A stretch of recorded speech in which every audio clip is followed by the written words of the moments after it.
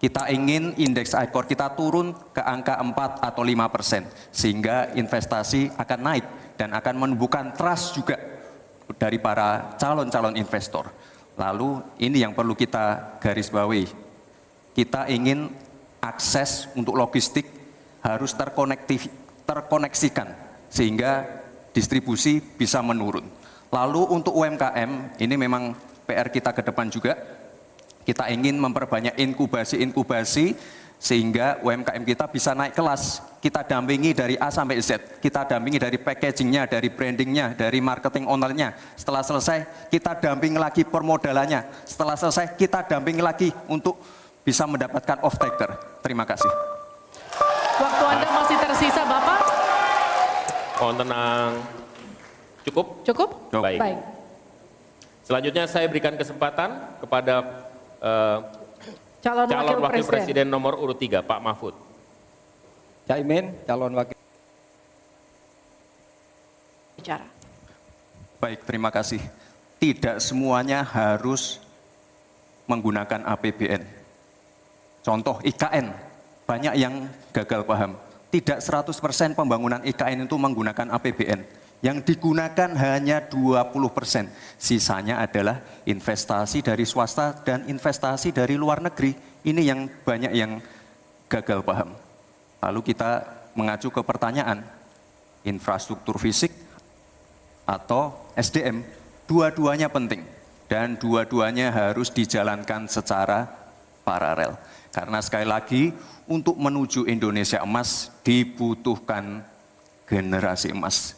Kita butuh future talents yang menguasai future skills. Untuk itu, di tingkat SMK misalnya, kita perlu alat-alat yang ada di SMK itu bisa memenuhi kebutuhan zaman, kebutuhan industri. Sehingga ketika anak SMK lulus, mereka benar-benar bisa siap kerja, siap menerima tantangan kerja. Lalu, untuk fisik, tidak selalu harus dari APBN, sekali lagi. Bisa kolaborasi, misalnya dengan swasta, dengan CSR. Jadi tidak semuanya harus dibebani oleh APBN. Lalu apa PR kita ke depan? PR kita ke depan harus bisa menambah penerimaan negara. Untuk itu kami dari Paslon 2 akan membentuk lembaga badan penerimaan negara yang dikomandoi langsung oleh Presiden. Sehingga nanti ketika berkoordinasi dengan kementerian-kementerian ini bisa lebih luas. Dan sekali lagi kita ingin menaikkan rasio pajak sehingga penerimaan negara nanti bisa kita gunakan untuk pendidikan, untuk kesehatan, dan lain-lain. Terima kasih. Mohon tenang, masih ada waktu. Terima kasih. Saatnya menanggapi. Pak Mahfud, waktu Anda 1 menit dimulai dari Anda menyampaikannya. Mas Gibran, saya sangat tertarik tentang IKN dan itu bagus. Harus kita laksanakan sebagai warisan dari Pak Jokowi. Tapi tadi saya tergelitik anggaran untuk IKN itu hanya 20% dari APBN dan sisanya dari investor. Sejauh yang kita baca, sampai sekarang belum ada satupun investor. Untuk menanggapi atas tanggapan yang sudah disampaikan. Silakan. Baik, saya izin menanggapi Gus Muhaimin dulu. Saya ingat sekali Gus Muhaimin dulu sempat ikut meresmikan dan potong tumpeng di IKN. Ini gimana? Ini nggak konsisten. Dulu dukung, sekarang nggak dukung karena menjadi wakilnya Pak Anies yang mengusung tema perubahan. Sekali lagi Gus, mohon maaf. IKN ini bukan hanya membangun bangunan pemerintah, tapi juga sebagai simbol pemerataan pembangunan di Indonesia, sebagai simbol transformasi pembangunan di Indonesia. Dan untuk menanggapi Prof. Mahfud, Prof, mungkin nanti setelah pulang dari debat bisa di Google, sudah banyak yang masuk. Mayapada, Agung Sedayu.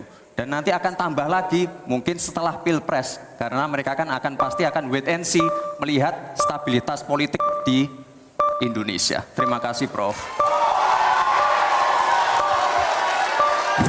Baik, silakan berikan apresiasi dan aplaus dulu deh, biar semangat semua. 1, 2, 3 pendukung-pendukungnya silakan bersemangat memberikan apresiasi.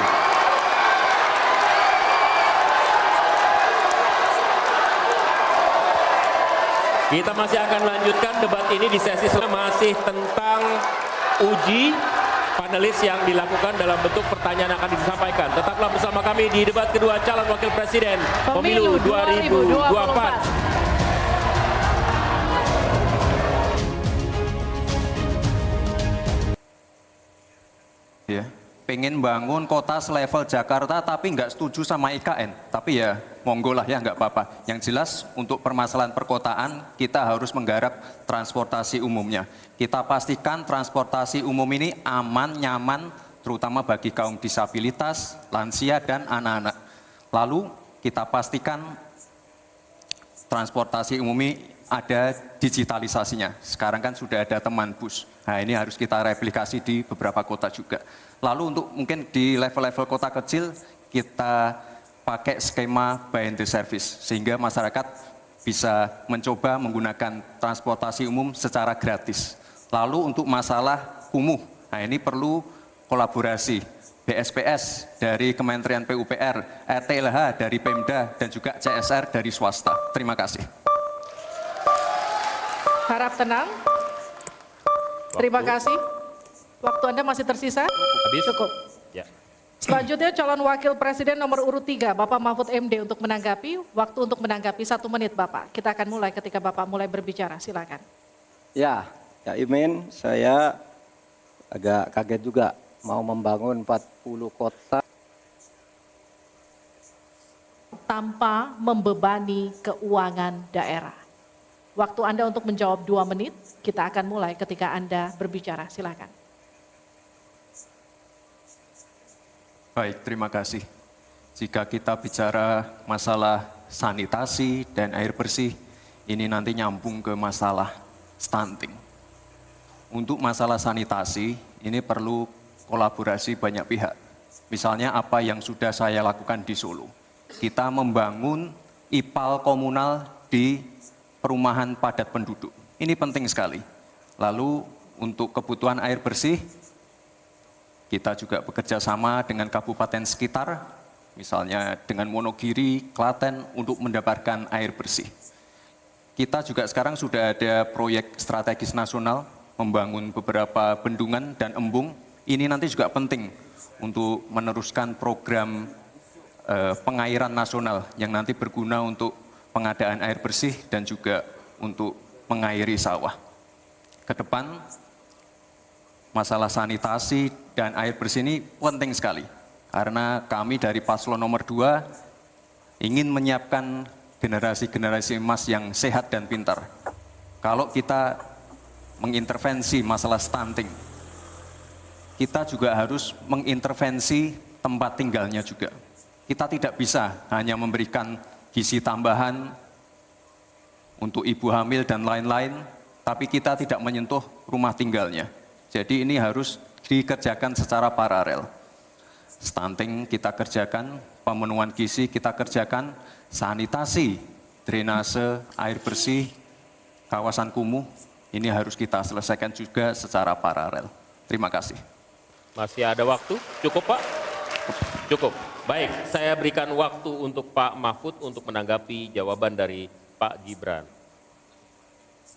Mas Gibran yang terhormat, tadi itu pertanyaan yang dibaca oleh moderator, bagaimana strategi paslon untuk memastikan penyediaan infrastruktur sosial tanpa membebani keuangan daerah. Kayaknya belum terjawab. Tadi yang dijawab tuh infrastruktur fisik semua tuh. Infrastruktur itu kan ya ada infrastruktur sosial, ya itu yang penting. Kemudian regulasi. Bagaimana Anda menyiapkan? Itu loh Pak.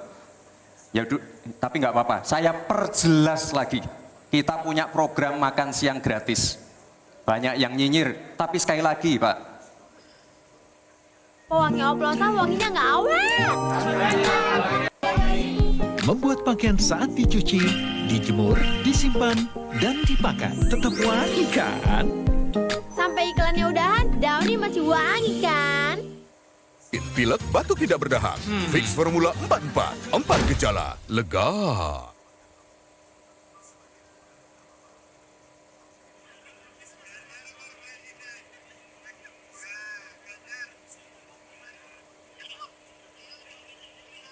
program makan siang gratis ini adalah investasi menuju Indonesia emas.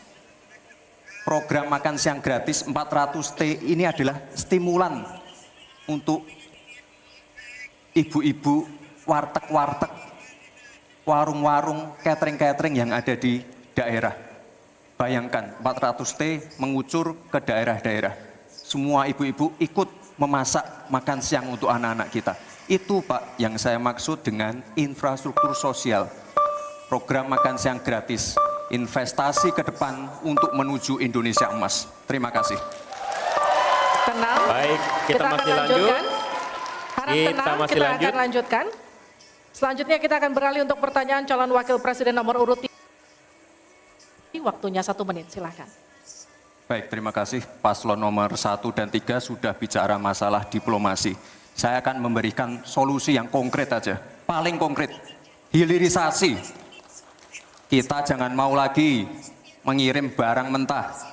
Kita harus mampu meningkatkan nilai tambah dalam negeri. Saya kasih contoh, nikel.